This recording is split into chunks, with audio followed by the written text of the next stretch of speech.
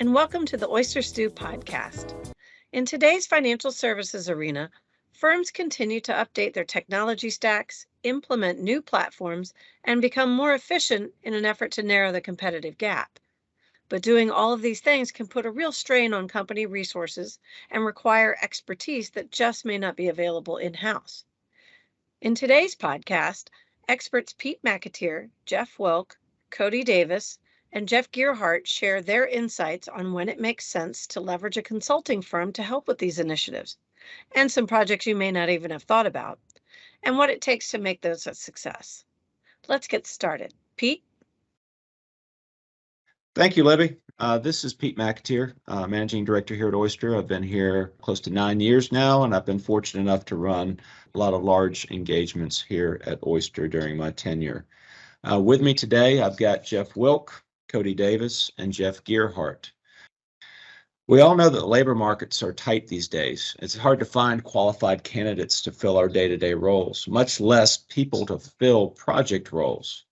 We'll talk about how firms can take advantage of outsourcing to help with the day-to-day volumes, or perhaps just to provide that objective outsourced consulting practitioner view. Jeff Wilk, are there instances where firms can get some relief on the vendor selection front? Hey, Pete, that's a great question. When you come down to looking at a vendor selection process, I generally say there's three different ways of looking at how you could benefit from using a firm like ours to help you in that process. And it comes down to like expertise, resources, independence. But let me focus on the expertise piece of it, particularly in the digital space with such a wide range of fintech solutions that are out there today. There's really no one organization that typically has all of the expertise in-house that can keep track of all of the different software providers, applications, and the integrations of those on an ongoing basis. Whereas when you work with a firm like Oyster, we've got that specialized depth of knowledge. We know the competition, we know the industry platforms that are out there.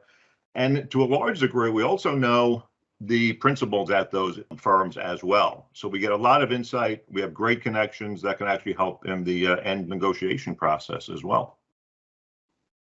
Cody, we know advisors move around quite a bit. Can you talk to us a bit about how the right consulting firm can facilitate the transition process for the advisors to mitigate and minimize the disruption for their clients and their practices?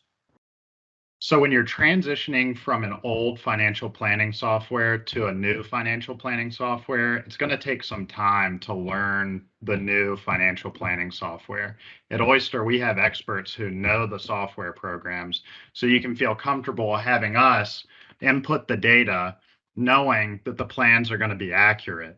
And you can spend more time learning the software because now you've got this new software platform, and it's really going to be important that you take the time to really learn the ins and outs of it so you can feel comfortable using it moving forward. Additionally, there are a couple of other ways that advisors can utilize the right consulting firm when they transition to a new firm. One is advisor mentoring. With this, an expert who knows the software very well can teach you how to implement it into your practice. Additionally, there's a couple of other services that we do provide that can help advisors that are transitioning to a new firm. Maybe you have advanced features that you're struggling to learn when you first get this new software. Well, we have experts who know those features who can teach you how to use them effectively and make sure that you're comfortable using the software moving forward. The third part of this is going to be paraplanning. So by going to a new firm where you have this new software, one option might be that maybe you go out and hire somebody who knows the software really well to do the planning for you. Whereas if you were to partner with Oyster to do paraplanning services, we can actually take that burden off of you and do the financial plans for you. We will work closely with the advisor and help develop plans that the advisor feels really confident and good about. Cody, in making these switches from one financial planning software provider to another, we understand that there's capital market assumptions or CMAs that underlie all the calculations that their Monte Carlo simulators provide, which yield varying results with the same data inputs due to those capital market assumptions being different. Can you talk a little bit about how an outside expert can help advisors make that transition so that they don't shock their account holders or investors with differing results? Yeah, so I think it's really important when you first get onto a new financial planning software to take a look at the CMAs in the new software and what you had in the old software and making a comparison to see, are there large differences in this? Additionally, when you go to enter in your plans, or let's say third party like Oyster's entering in the plans, if there is a large CMA difference, or let's say differences in the other assumptions in the software, maybe inflation, maybe assumptions of turnover, things of that nature, you may end up with very different results in the new software than you had in the old software. The right consultant can work with you to help alter those CMAs if that's a decision that you've chosen to make, maybe alter the inflation, match the turnover to try and get the plans as close to what they were in your previous software. Or if the decision's made moving forward that you like the new CMAs and you like the new assumptions, an expert can help get the results as close as they possibly can to what they were previously. It's not just outsourcing and plugging in numbers, it's understanding the impacts of those numbers and the differing software providers. That's great stuff. Thank you, Cody. Jeff Gearhart, tell us a little bit about some of the not so obvious initiatives where an outside third-party objective consulting firm like Oyster can help firms perform evaluations or make better decisions. Sure, Pete. We've been talking a lot about using our expertise to come in and help accomplish major change or evaluate alternatives, but something to consider, and something I've experienced in prior roles managing broker-dealers, is the stress on your existing team in terms of handling the change and adapting to the change. Something to consider is using outsourcing roles to free up your team to help adapt to the new standard. And that could be as simple as project management, which we know is critical to making the end goals, but also, or you can leverage principal reviews for compliance functions, such as trade surveillance, email reviews, things of that nature. You can also put key people in onboarding functions, freeing up some of the key staff there if you're trying to change some of those platforms. Even supervisory reviews, principal reviews of trading and sales activity. And when you're changing an OMS or an equity trading platform or something of that nature, or even an onboarding system, you want the people that are going to own it and have to live with it in the future to understand the new role. And as I said, from my prior experience, the biggest risk to a project is not that your team doesn't understand it, it's can they keep the operation going today and adapt to the change you want to make. So I think that's probably a key use. And in today's world, there's expertise out there and you can tap into it. Yeah, with the tight labor market, Jeff, there is an economic benefit to outsourcing, whether it's expertise that you need, but also to backfill and to fortify your team's ability to manage through projects by outsourcing the day-to-day as well. I think we'll see more of that as we move forward. Some folks are even outsourcing permanently roles such as FinOps and COOs and things of that nature. When it's pretty much defined what you have to do, there's a lot to be gained by that. And a benefit that I wish I had known in prior roles is when you hire these experts, they're seeing other platforms. They've seen other shops. They're bringing a perspective that you can't possibly have because you haven't been there yet. That's one of the things we always want to know. How's it work somewhere else?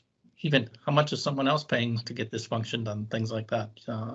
You can gain a lot from leveraging these resources. All right, I'm going to switch to a little bit of a panel, just kind of rotate around and ask a couple of general questions, and I'll be looking for our panelists here, Jeff, and Cody, to just give me a few thoughts as I throw these questions out there. First question: what are some of the things to be aware of in engaging a third party? I think that's a good question, and you certainly need to get the expertise to get the benefits out of outsourcing. But to make it successful, I think you truly have to empower the resources you're bringing in and not pigeonhole them, but put them in a position to leverage their knowledge and add value to your team into the project that's in place. So clearly define the role and empower them. Thanks, Jeff. Jeff Wilk. Pete, when considering what firm to bring in to help you with an initiative, I think one of the things that you got to keep in mind is how to avoid that concept of chasing after the shiny new object.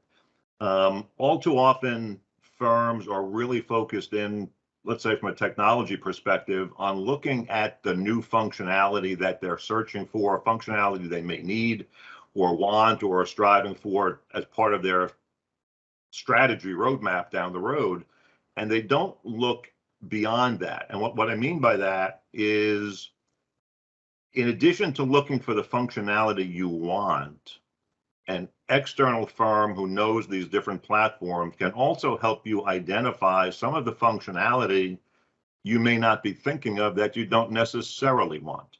Or if you bring it on board, you've got to be mindful of it to understand what that means. What does it take to manage that functionality? Do you need entitlements? Do you need to turn things on or off based on who your user base is? So I think when you're considering bringing a firm in for these things, it's not just about what you know. Oftentimes it's about what you don't know that a firm on the outside who has seen it before can help you identify pretty quickly. Thanks, Jeff. You know, Pete, on this topic, something to consider, something to add, we're talking about how to make these arrangements work. Too often, I think folks take a body shop approach where they want to just bring in an employee to help fill a gap. But I think we all know a new employee takes time, effort, and resource, actually creates a lot of stress on everybody to get that person up to speed. If you engage the right person to come in who knows the process already, they can be more effective, get up to speed much more quickly, and add value back to your team. So it's important not to take the body shop approach for some of these key functions. That's why you really want to look for the expertise and the knowledge. And I think that's a differentiating factor. Thanks, Jeff. And the last question for the panel. What are those characteristics, those benefits that you can glean from engaging a third party? Jeff Wilk? Pete, that's a good question. And I would wrap two terms together in terms of what you're looking for in making a good partner for an initiative such as these. An unbiased facilitator is what I would call it. Somebody who's unbiased in terms of their perspective, doesn't have any of the internal kind of swaying of one version versus another, one constituent versus another, but somebody who truly brings this unbiased industry perspective into the engagement, while at the same time helping to facilitate all of the different conversations internally, making sure everybody's voices get heard, the different perspectives, pros and cons are surfaced and debated as needed or necessary, and then ultimately bring it back down to that neutral party decision-making capability and serving all of that up to the organization who ultimately will make their final decision. Jeff Gerhardt. Well, following on those points, I think what makes a great partner is really breadth and depth of resources. You want someone who has sat in that seat before and has made those decisions and can help you through this process. I think it's also important in terms of depth of resources. You want someone who can bring or tap into a broader industry perspective from working with other clients and working with other vendors and enhance the overall perspective. Cody Davis. What makes a good partner, I think, in financial planning, one thing is making sure that you keep open communication. I think with financial plans, it's a pretty personal thing for clients. They're giving you all of your information. They're telling you what they really want to accomplish. And we want to make sure that the plan does provide that. I think that when I'm working with advisors, I try and let them know that they can reach out to me at any time to ask any questions on the financial plan, and I'll be happy to help build in any solutions that they'd like to build for their client and make sure that they really understand it so that it can be communicated effectively. So being able to prepare, but it's going back to that advisor mentoring piece where you're able to help the advisor prepare the story, bridge some gaps, and address some of those potential gaps or pitfalls that you've identified in the plans. Yeah, definitely. I think that with financial planning software, that there are some nuances that maybe, especially if you're newer to the software, you may not know those nuances. So having somebody who does know those that you can talk to and help explain them to you can be really beneficial, I think, in these types of engagements. Well, thank you all very much. Appreciate your time, and thank you for listening today. Thanks everyone for listening. If you'd like to learn more about our experts and how Oyster can help you on your journey to starting your own investment advisor, visit our website at oysterllc.com. If you like what you heard today, follow us on whatever platform you listen to and give us a review. Reviews make it easier for people to find us. Have a great day.